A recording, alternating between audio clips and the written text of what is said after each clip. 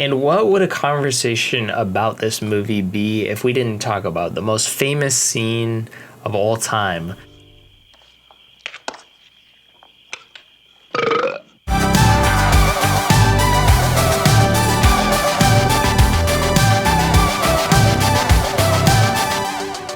Drive-By Movies. My name is Blaise. I'm James. And never have I ever seen Blazing Saddles. The heroic sheriff rallies his citizens in the wildest finish the West has ever seen, or the movies have ever shown. Ow! Oh! Ow! Have you ever seen such cruelty?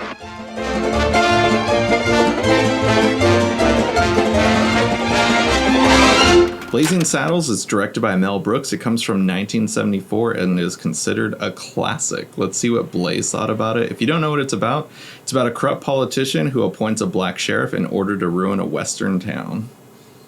So I have to say, you know, immediately as I start this thing up, I was definitely caught off guard.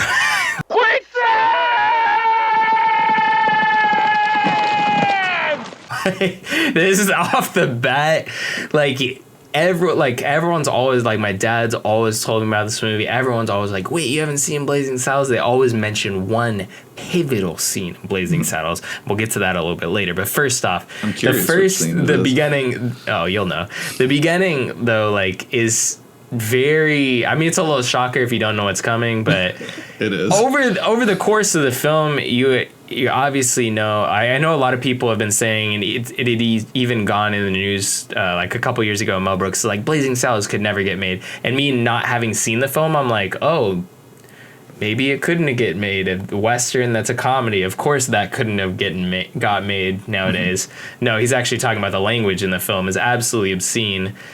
It's not like if you take if you take context out of the equation, the language is so offensive, makes the movie seem horrible. But guys, context is everything here. This movie is absolutely hilarious. A lot of the lines, maybe they're a little outdated. A lot of language definitely outdated. You have to remember, though, Richard Pryor did help Mel Brooks write this film. He definitely left his stamp on it. And that's what I think made a lot of the jokes so funny. Let alone, it was a lot of Mel Brooks's, constant jokes per minute. There's jokes This film does so well. A lot of people, really think that this is one of the best comedies ever made, and you have to respect that because there's so much visual language and cinematic language of a lot of the jokes are very visual gags, essentially, and it's so fast. Sometimes it's so hard to catch what's a joke and what's not because some of the jokes are a little bit outdated, or it's just like a quick little visual gag that you kind of noticed, or you didn't read a sign correctly or something like that. But Mel Brooks really is up with at least creating a lot of these jokes that you would see right away and are so funny. And a lot of that really is lent to the two main actors in this film, Cleveland Little and also Gene Wilder. They're honestly freaking hilarious. They're such a good dynamic duo. You have to imagine, though, what this film would have been with Richard Pryor in the lead. But I have to say Cleveland Little is honestly such a star. That he really, I think, propels this further than something that if Richard Pryor was in the lead. Right. How was it, though? Because I'm kind of curious. This is my first time watching that film. How was it watching it, though, for the second time? So, I mean, I remember my first time seeing it wasn't that long ago. It's definitely been less than 10 years, but it's been more than 5 years for sure. It's somewhere in there, I'd say. I remember, I was always going to movies with, a girl I was dating and stuff. And, she's like, I get to pick the movie. I'm picking Blazing Saddles. And I was used to watching terrible movies sorry, it's just not for me, but I remember I was forced to watch Dirty Dancing because of her, so I didn't go in with high hopes with Blazing Saddles, but I didn't realize it was a Mel Brooks movie at the time, though, which also bums me out because I grew up, really enjoying Mel Brooks. It's weird the movies I grew up with, though, are probably ones that most people don't like as much, like Spaceballs or Robin Hood Men in Tights.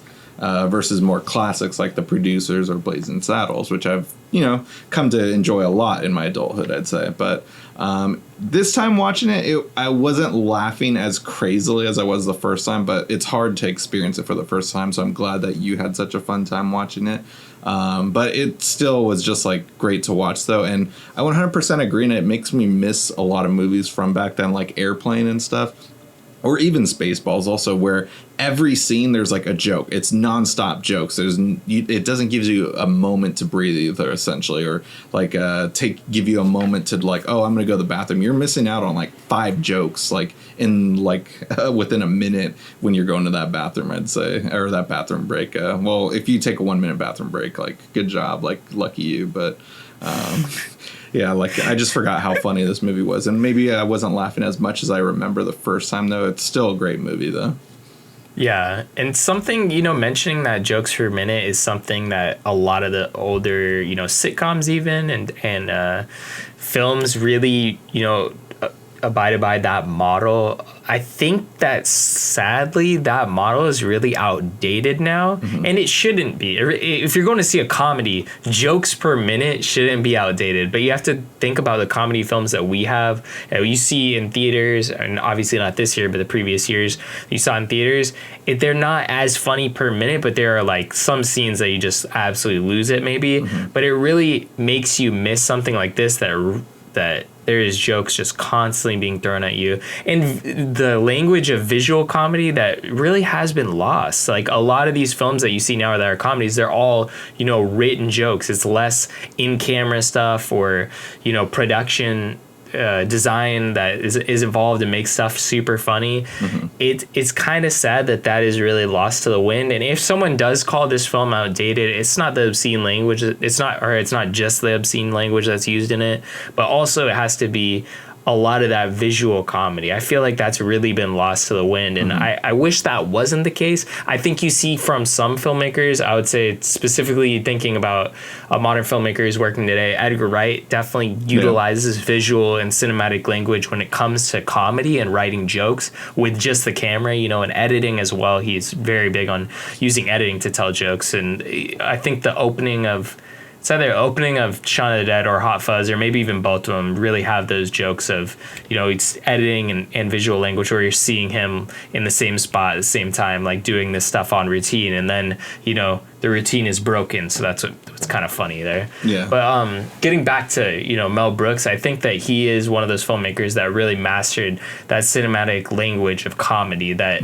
isn't something you see at all today, like what I was saying. Definitely, yeah, I miss it. And the closest thing, I mean, I'm by no means comparing them to say that they're anywhere near the same tier, but I feel like the only things that are at least trying to do as many jokes are like the Scary Movie movies, as terrible as they are and stuff. Whether you enjoy them or not, that's like besides the point, but just like we don't get like satires anymore, essentially, I feel like. And when they do though these days, like, I mean, I know that they're still constantly making movies like the 40-year-old virgin who knocked up Sarah Marshall and felt super bad about it. Like, I don't know if anyone remembers that movie, but those kind of movies still exist, but they're not done with like a straight face, so you have to be in it 100% and stuff. None of those movies, like the Vampire Suck movies or Meet the Spartans, like, yeah, they're like might be satire, but it's not funny just because it's making a reference to the time and stuff. Like, Andy's a virgin. No, I'm not. Yeah? Why is he wearing this shirt?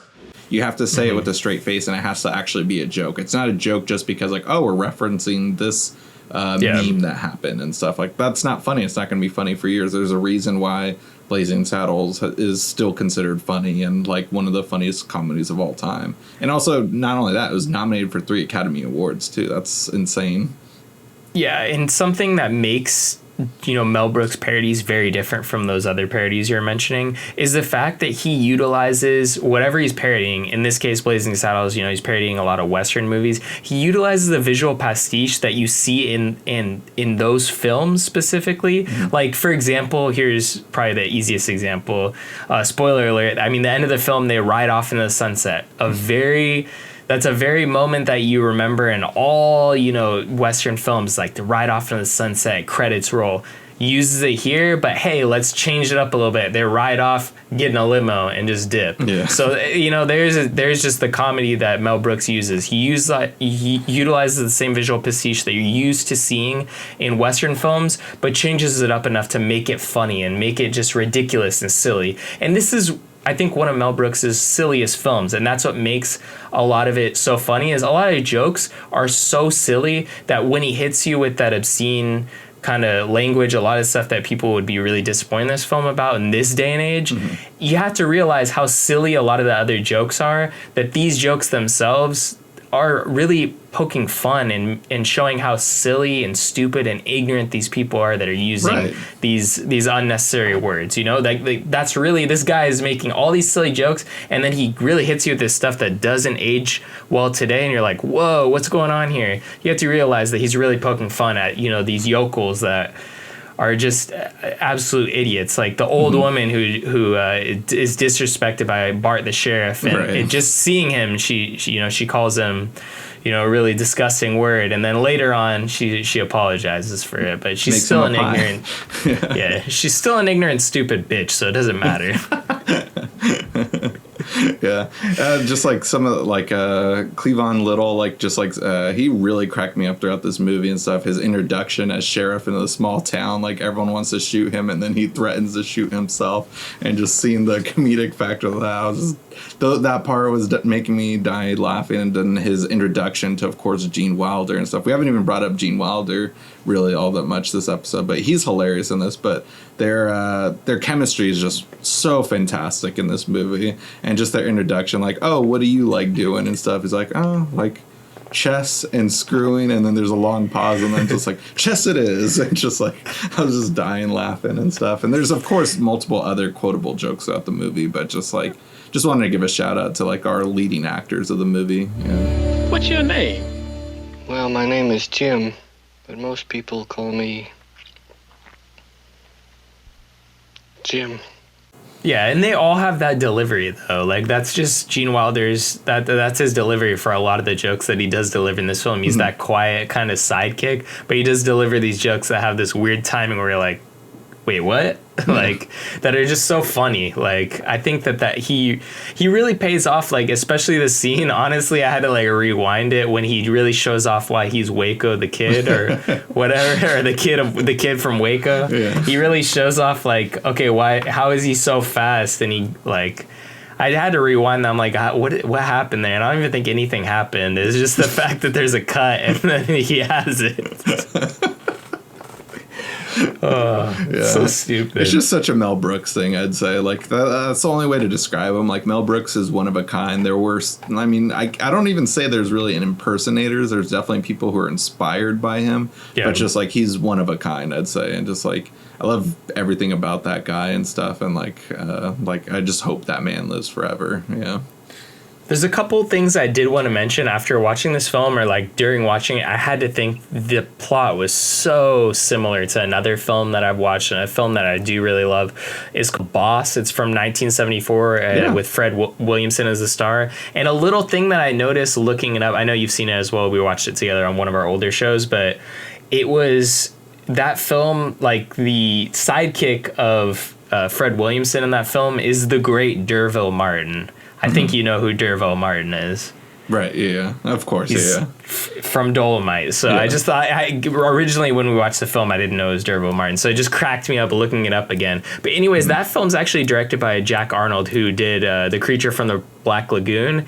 And funny enough, that film, I thought the plot was so similar to Blazing Saddles. Yeah. Which is also released in 1974. So this has to have been one of those things where these scripts were, kind of going around at the same time. Fred Williamson penned the script for Boss, and you have to wonder whether, maybe he had caught, some ears to the fact that Mel Brooks was penning this script about a sheriff in a racist town being black, a new sheriff. I don't know, but I just thought, like, I love Boss as well. I love this film, and it was interesting that they're both so similar, yet they came out in the same year, because I would have had to think that one of them was before the other. Yeah.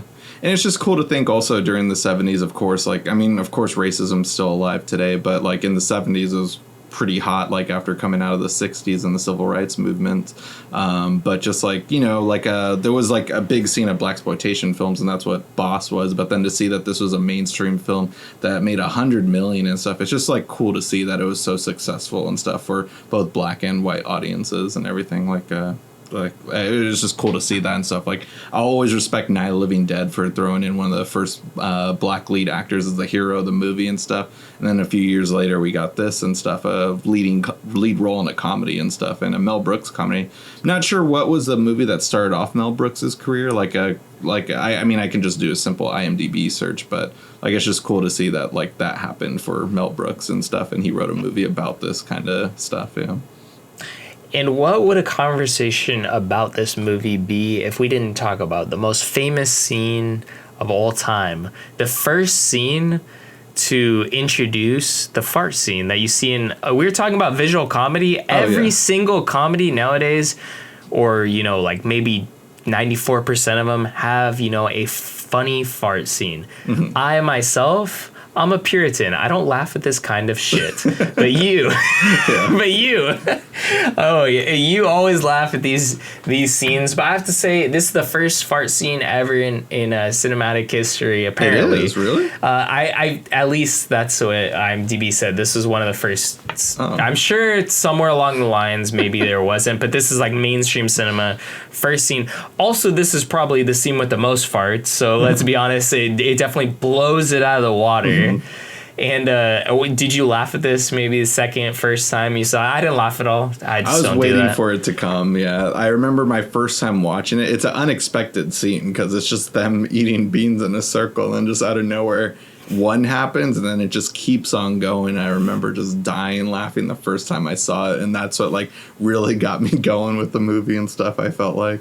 But it was still funny the second time seeing that. I didn't know that fact, though. That's like interesting to hear, though, and I wasn't expecting that to be the scene. Like, when you were saying you'll know, it's funny because you know me so well, but like I wasn't expecting that. But yeah, what can I say?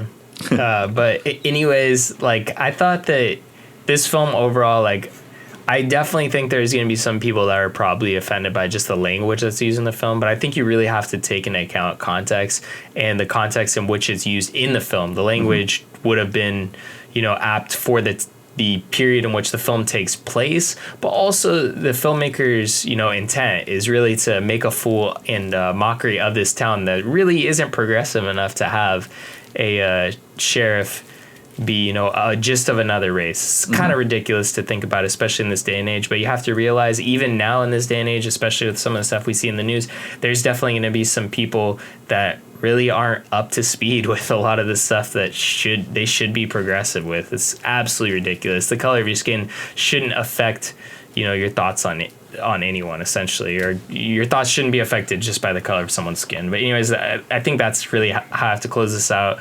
I think everyone should check this film out. I think if you are offended by some of the language used in this film, you should really need to look at the context in which it's used in. Yeah, 100%. Thanks for listening to us and stuff. And if you haven't seen the movie, I mean, a good way to help us out and support the show is by watching it through our Amazon affiliate link in the description box below. And guys, if you haven't already, go ahead and smash that like button. You know, leave a comment. Let us know how much you love Blazing Saddles. Oh, that's my name. Weird. Anyways, no, I'm not named after the film, but anyways, hit the subscribe button, click the notification bell to get all of our latest updates. Have you heard also, we are new to Instagram. You can follow our account info in the description box below. But that's going to conclude this week's episode. Tune in next week for a brand new episode of Never Have I Ever.